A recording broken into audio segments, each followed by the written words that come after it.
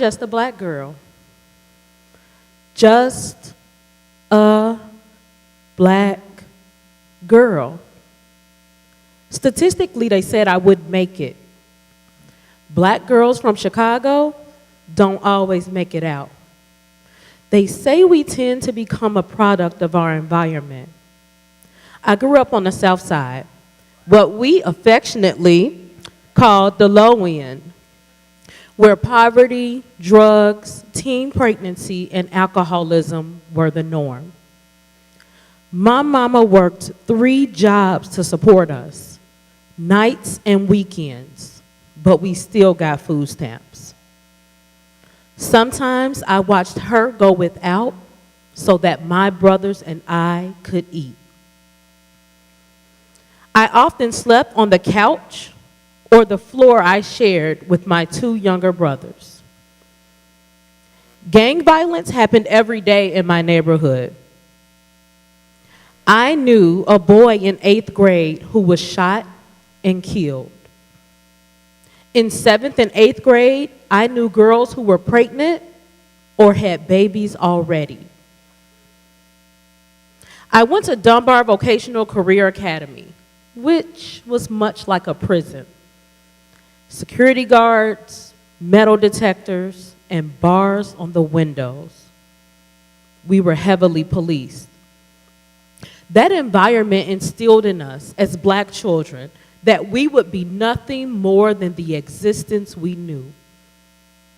But as a little black girl, I knew there was more. Knew in my heart I was more. I was full of wisdom, knowledge, and potential. I saw beyond my environment, beyond the labels that educators and society gave me and others that looked like me. But no one ever showed me a way to be more. There was this one day that stood out to me and showed me a different kind of life. We had an exchange day with a high school in Naperville, and they were pretty fancy. You knew Naperville. There, as you seem to know, I saw superior textbooks and enhanced technology. But more importantly, I witnessed the better treatment of the students.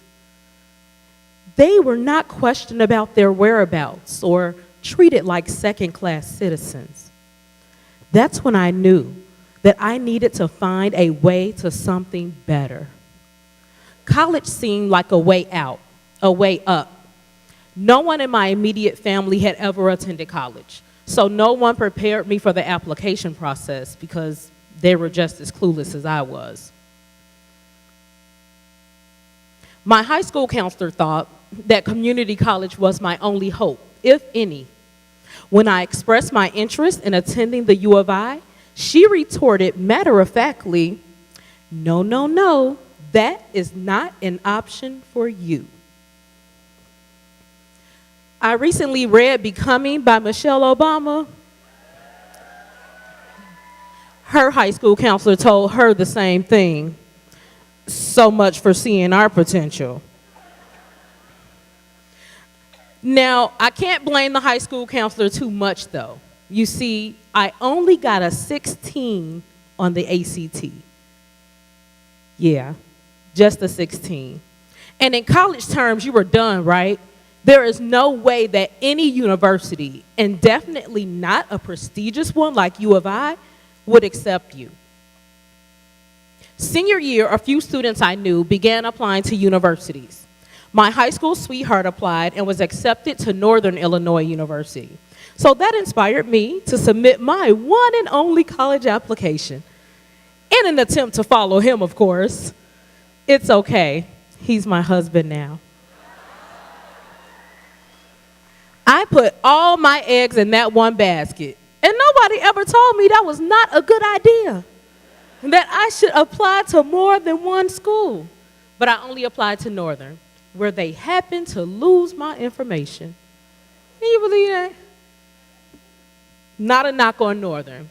It was just my fate. It just so happened that recruiters from the U of I were speaking to classes that week about a bridge transition program. in the College of LAS, and they were offering application fee waivers. I submitted the application and went through the interview process.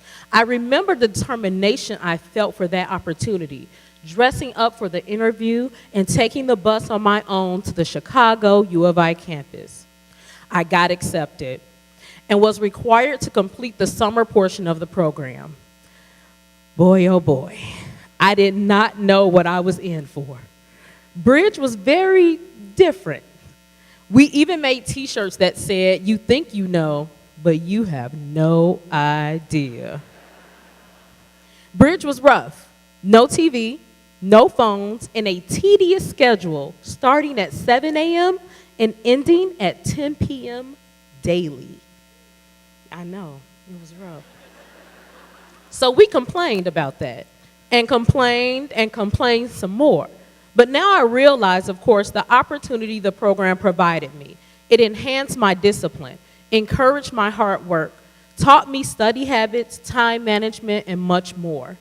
These were skills that went untaught at Dunbar. I survived, and those experiences helped build my resilience, helped me push through, and taught me how to get up from setbacks. They also help and continue to help build my character and allow me to use the lessons I've learned to pay it forward to other women, especially Black girls.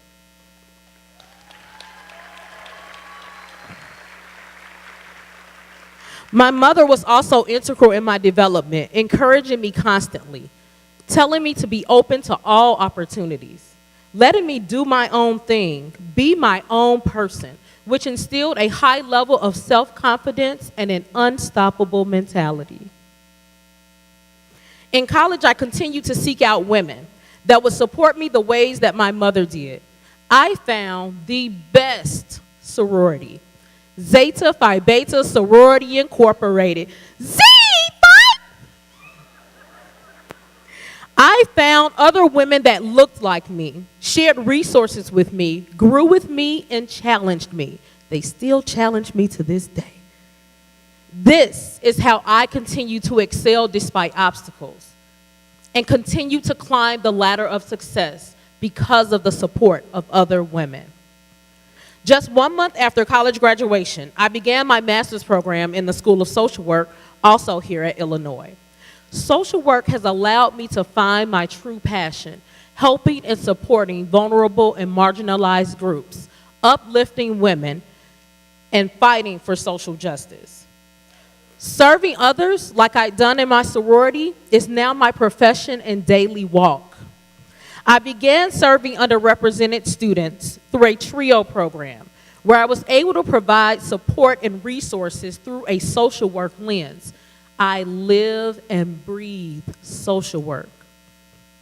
This Black girl who only got a 16 on the ACT, who lived in poverty in an environment stricken with many ills of society, who never had her own bed,